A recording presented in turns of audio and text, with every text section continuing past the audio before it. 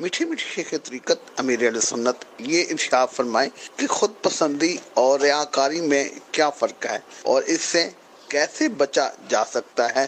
رہنمائی ارشاد فرما دیجئے، جزاک اللہ خیر۔ دونوں میں بہت فرق ہے۔ خود پسندی اس کو کہتے ہیں کہ جو نعمت اس کو حاصل ہوئی ہے وہ یہ سمجھے کہ یہ میرے کسب بل کی وجہ سے، میری کوشش، میری عقل، میرا کارنامہ ہے، اور اس کی اس طرف بھی بالکل توجہ نہ رہے کہ اللہ تعالیٰ نے مجھے یہ نعمت دی ہے اور جب چاہے لے سکتا ہے۔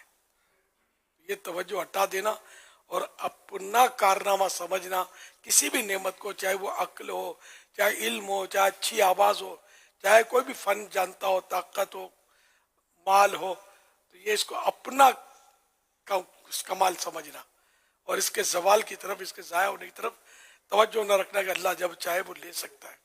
یہ خود پسندی کہلاتی ہے، خطرناک ہے۔ حدیث پاک میں ہے کہ مضمون اس طرح کے خود پسندی ایک لمحے کی، یا یہ بھول گیا میں، 70 سال کے اعمال برباد کرتی ہے، اس طرح کی روایت ہے۔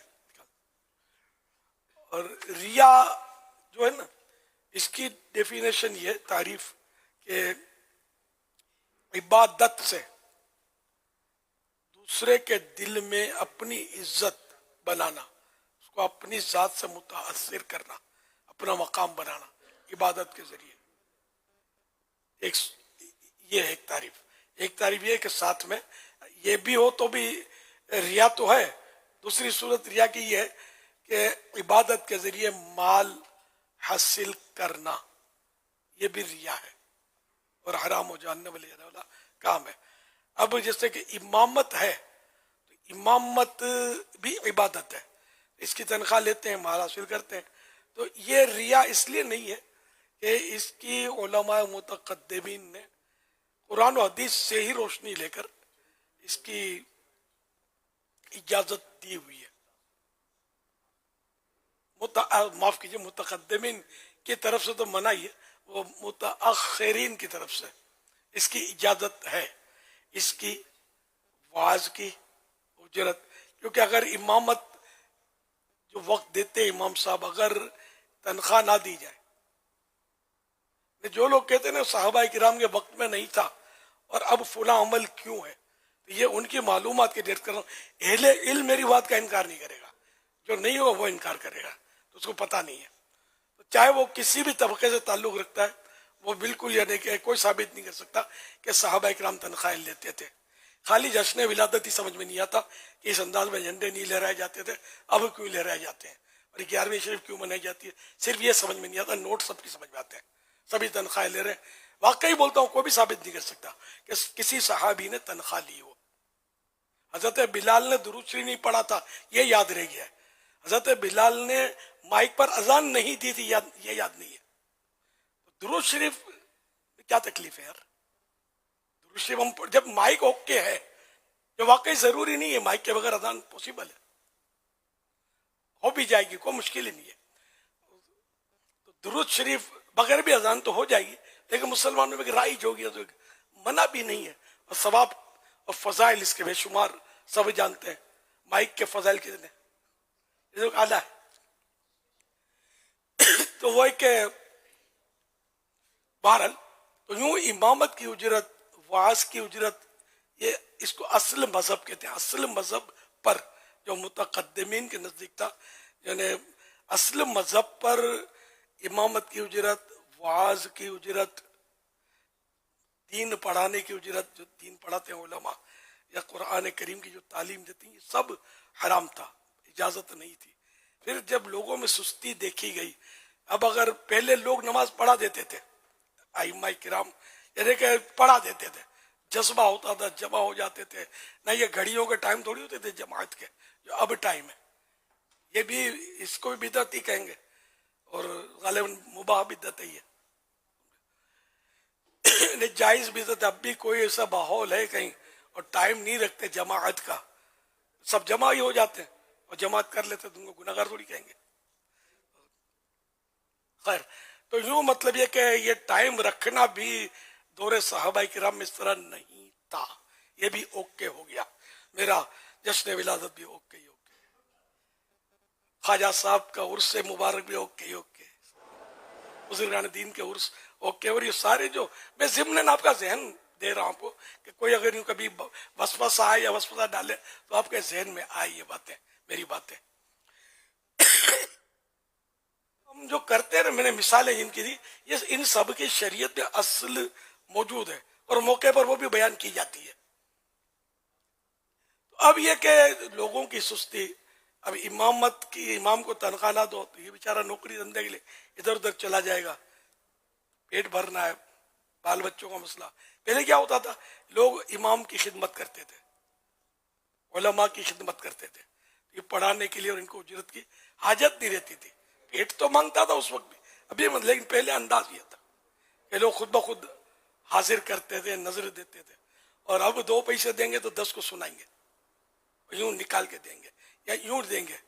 مجھے تو بڑی بات ہوگا، اس کو شرم آتی ہے کہ جب چونکہ نذرانوں کے حوالے سے میری شہرت نہیں ہے تو یہ دعا کی پرچی کئی بار نوٹ کیا میں نے، یوں کر کے مجھے دعا کی پرچی دیتے ہیں، میں بھی یوں کر لیتا ہوں، یہ سب دیکھ لیں کہ یہ کیا ہے۔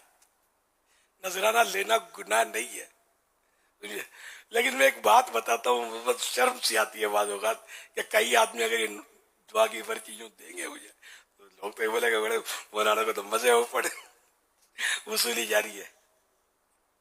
یہ بھی میرے احساسات ہیں، ضروری نہیں کہ کوئی ایسا سوچے، وہ سوچے تو اس کی سوچ جائز تو ہے، لیکن یہ کہ ہمیں سب کی عزت نفس کا بھی خیال رکھنا چاہیے۔ تو یوں مطلب یہ کہ پہلے لوگ خدمت کرتے تھے، اب خدمت چھوڑ دی، اب کیا کریں؟ یہ علماء کرام معاش کی طرف، روزی روزگار کی طرف متوجہ ہوئے، اور یوں مطلب یہ کہ امامت کا مسلح کون سنبھالے، یہ مسجدوں کو کون آباد کرے؟ امام تو ہوتا ہے مین، جس کی وجہ سے مسجد آباد ہوتی ہے۔ مؤذن، اس کی بھی اجرت جائز نہیں تھی اس دور میں، اب اذان کون دے؟ تو یوں بھی اس کی بھی جواز کی صورت علماء متاخرین نے، بعد کے علماء نے اجازت دی قرآن و حدیث کی روشنی ہی سے، اور یوں مطلب یہ کہ ترکیب مطلب بنی ہے۔ تو یہ چیزیں جن کی علماء نے اجازت دی نا، وہ ان کی اجرت ریا نہیں ہے، اس کو ریا نہیں بولیں گے کہ ریا تو حرام ہے۔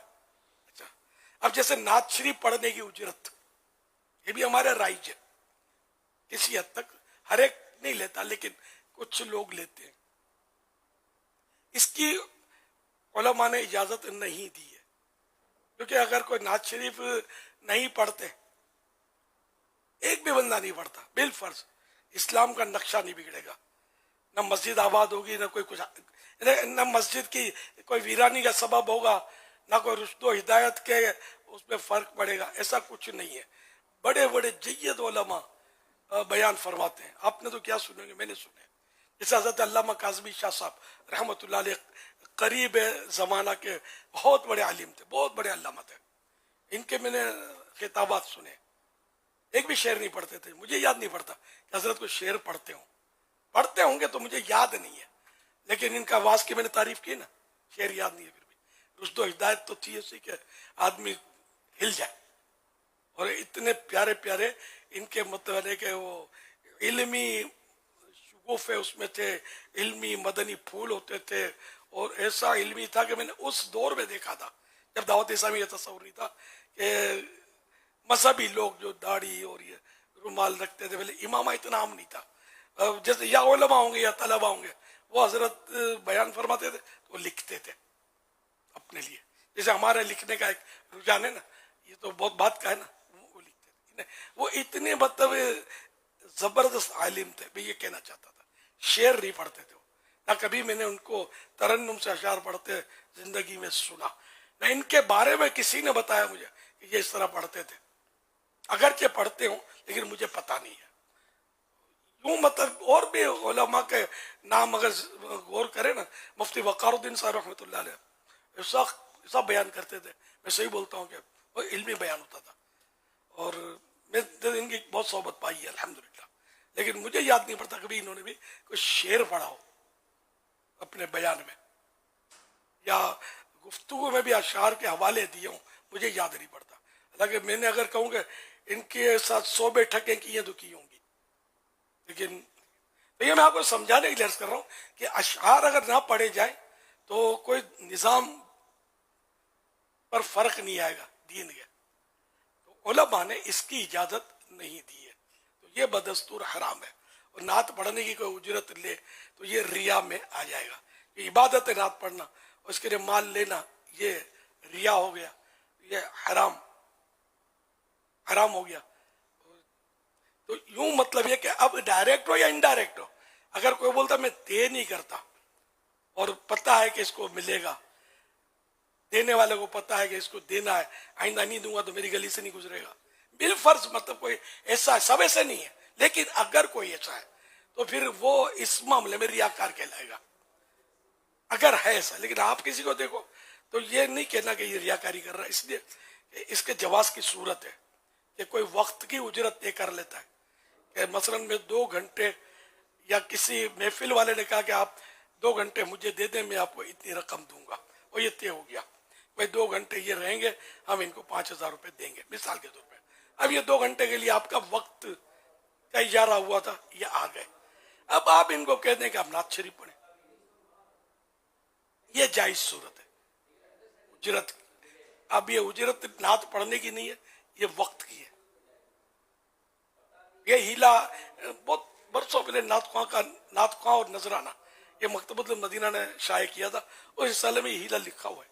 اور بعض نعت خواں پتہ بھی چلا کہ ماشاءاللہ یہ کرتے. میں نے کسی کا کلپ سنا تھا اس پہ سوشل میڈیا پہ، اس نے کہا کہ میں اس طرح کرتا ہوں، میں اجرت نہیں لیتا، میں ہیلا کرتا ہوں. اب ضرورت ہے، پیٹ مانگتا ہے سب کا. پھر بھی لوگ تو خیر ایسے کے بارے میں بھی باتیں تو کریں گے، اور لوگ تو کسی کو نہیں چھوڑتے. پہلے لوگ خدمت کرتے تھے، اب میں نے کہا نا خدمت سیٹ اپ دیں گے تو سب کو دکھا کے دیں گے اور سنائیں گے. بعض اوقات سناتے بھی ہیں، بولتے مولانا حلوہ کھاتا ہے. تیری طرح سود یا رشوت تو نہیں کھاتا یار، حلال حلوہ کھاتا ہے نا، جس کے بارے میں پیارے آقا صلی اللہ علیہ وسلم کا فرمان علی شان موجود. کان النبی صلی اللہ علیہ وآلہ وسلم یحب الحلوہ والعسل، کہ اللہ پاک کے پیارے نبی صلی اللہ علیہ وسلم کو حلوہ اور شہد پسند تھے. تو آقا کی پسند کھاتا ہے، اس پر یار تنقید کرتے ہیں. اور سچی بات ہے، حلوہ تو سبھی کھاتے ہیں. کوئی ایسا اگر انسان میرے سامنے آپ لے آئے زندگی میں کبھی اس نے حلوہ نہ کھایا ہو تو اپنے بات کریں گے اس سے، لیکن کوئی نہیں لا سکتا. یا تم مطلب حلوے جھپٹو بغیر نکار لیے نگلتے رہو، کبھی مولانا کو دیکھ لو کہ مولانا حلوہ کھاتا ہے تو یار تم مسئلہ تو وہ کیا ہو جاتا ہے. ایسا نہیں کرو. کسی پر بے جا تنقید جو اپنی آخرت پر، اپنے آخرت کو داؤ پر لگانے والی بات ہے. مولانا ہم سے اچھا ہے، مسجد تو سنبھالتا ہے، مسجد کی رونق ہم تو خالی آستین میں چڑھا کر بھاگ کے وضو خانے پر جا رہے ہوتے ہیں. ایک آدھ رکعت ملی تو کیا، نہیں ملی تو کیا. اور یہ ہمارا مولانا یہ مصلی پر ہم سے 5 منٹ پہلے آ کر بیٹھا ہوا ہے، ہمارا انتظار کر رہا ہے، اذان دے کر ہمیں بلا رہا ہے. جنازہ ہو جاتا تو ہم کو نماز جنازے کی دعا پڑھنے نہیں آتی. ابو کا جنازہ ہم نہیں پڑھا سکتے، مولانا پڑھائے گا. غسل میت، ابو کا جنازہ رکھا ہوا ہے، ہمیں نہیں پتا کہ پہلے ٹانگ دھلانی ہے یا پہلے سر دھلانا، ہمیں کچھ بھی نہیں پتا. یہ مولانا آ کر غسل دے گا. آپ اپنے بول رہے مولانا حلوہ کھاتا ہے، مولانا ایسا، مولانا ایسا. یار مولانا دنیا اور آخرت میں تمہارا مطلب سردار ہے.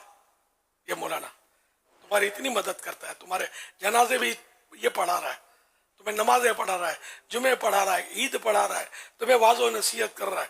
یار پھر بھی برا ہے تو برا تمہارا دماغ ہے، مولانا برا نہیں ہے. اپنے دماغ کو اچھا کر لو تو انشاءاللہ سب اچھا نظر آئے گا. صلو علی الحبیب صلی اللہ علی محمد.